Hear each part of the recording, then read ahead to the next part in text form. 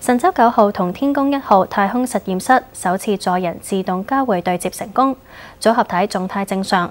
航天員預計喺稍後會打開組合體之間嘅門，進駐天宮，執行太空實驗等等嘅任務。張佩斯報導。神舟9號飛船變軌，同天宮1號喺同一軌道嘅後方，喺本港時間下晝2點幾進行首次載人嘅自動交會對接。神9飛船進入自主控制飛行，透過控制自己嘅發動機，將飛船逐漸導引接近天宮1號。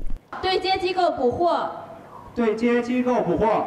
喺一氣呵成完成捕獲、緩衝、拉近同鎖緊程序之後，神舟9號同天宮1號成功對接。天宮1號開始啟控，全個過程大約15分鐘。3名航天員喺完成對接之後表現輕鬆，女航天員劉洋喺對接嘅時候更露出微笑。呢次交會對接完成之後，3名航天員打開組合體之間嘅3道閥門，進入天宮1號。而組合體喺飛行期間會由目標飛行器負責飛行控制，飛船就處於停靠狀態。神9同天宮1號對接之後會飛行6日，之後太空人返去神9，並且同天宮1號分離。到24號下晝會進行第2次交會對接，到時會由太空人手動控制完成，係中國首次嘅手動交會對接。